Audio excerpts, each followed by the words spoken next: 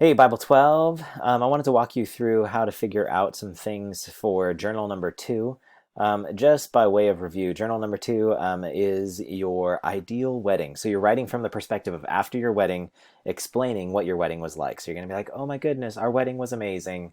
It was at this place. It cost this much. This is how we paid for it. These are the things we did. And then after that, you're going to kind of like try to channel your inner optimistic, idealistic person that's like, I foresee our marriage being like this after this last few days. And this is what I hope it looks like. These are my dreams for our marriage. So, the biggest piece in there, like I think you could like do the thinking part yourself about what you think your idealistic dreams would be.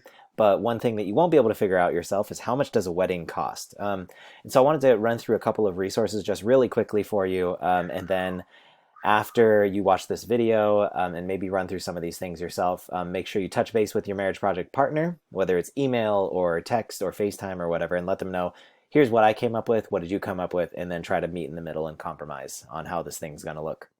And then again, you would both write your own journal about what that wedding looked like from your own perspective.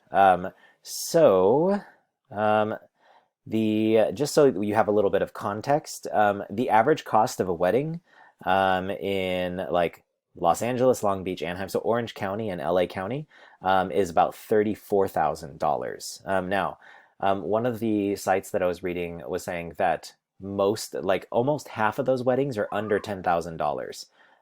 Because people do some simplistic things, but then that means that there's other people who are dragging this average up super high. So it's the Hollywood weddings and that stuff. But it's not just Hollywood and LA. It's also, I think in here somewhere we've got, shoot, I thought that there was Ontario, Riverside area in here somewhere. Um, let's see if I can find it. Riverside. Nope, not existent. But the numbers for like Riverside, San Bernardino County, all of that appear in very, I guess, in very similar numbers. So the state average of California is 31, but even if you go to a place like Arkansas where everything else is less expensive, you're still paying about $17,000. So part of your journal is going to be figuring out, one, how much does your wedding cost, and two, how did you pay for that? Do you have wealthy family?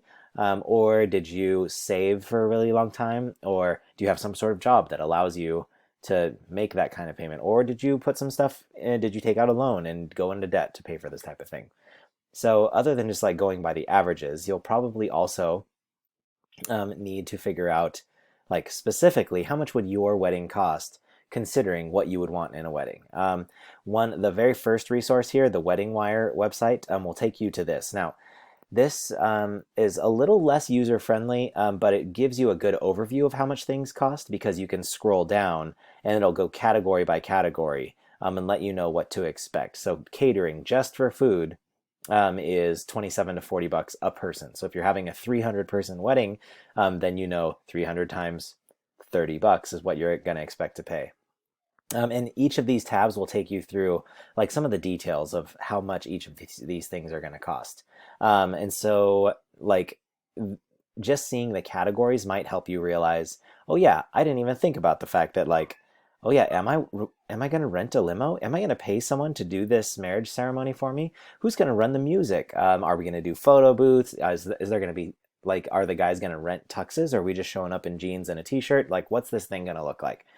So this is a good site just to like help you break down what are the expected things you're going to have to spend money on. And then this other site, it's the second link, wedding.report, is actually a little bit more useful in that in coming up with your cost because you'll choose the zip code where you're going to get married or the city where you're going to get married. And so let's just say we're staying local, Rancho Cucamonga. Now, if you plan to be married elsewhere, it might be tricky because I think it only has calculators for United States cities. But then you select how many guests. If you have a, I don't know, big family or medium-sized family, you want the thing at the same location. You choose some adjectives that select it. And so what you do is you fill out a bunch of questions. And then at the end, as you like prove that you're not a robot, and as you go through each of these steps, I'm just going to pick a bunch of random stuff, like it's going to be at the beach. Yeah, we want all that stuff. We want engagement announcements because who doesn't like that kind of stuff? and you need someone to coordinate things for you the day of, and then it'll ask some other random questions, and it'll say, okay, cool. So your wedding is going to be $32,000. How are you going to pay for that? If you can't pay for that, then you're going to have to uncheck some of those boxes on the previous things. Um, just for a little bit of context, in my when Katie and I got married, we spent about $10,000 for the whole thing. Um, as far as the wedding ceremony, it was like an amazing, like it's the best wedding I ever went to because it was mine. But it was an amazing wedding ceremony. But then the reception, we like really cut a lot of costs. We went to like a community center that didn't charge very much. We got a discount DJ who apparently wasn't very experienced at being an MC. We ended up basically having to MC our own like wedding reception. The food was buffet style, and my sister and her friends generously like decided to like be the people to set up and manage all of that buffet style food. We got disposable everything. Like so you can kind of imagine like it's just a community center. We did our best to dress it up and make it nice. But like clearly there was no open bar because it was at a community center, and so we just got cheap 99-cent store like Martinelli's sparkling cider.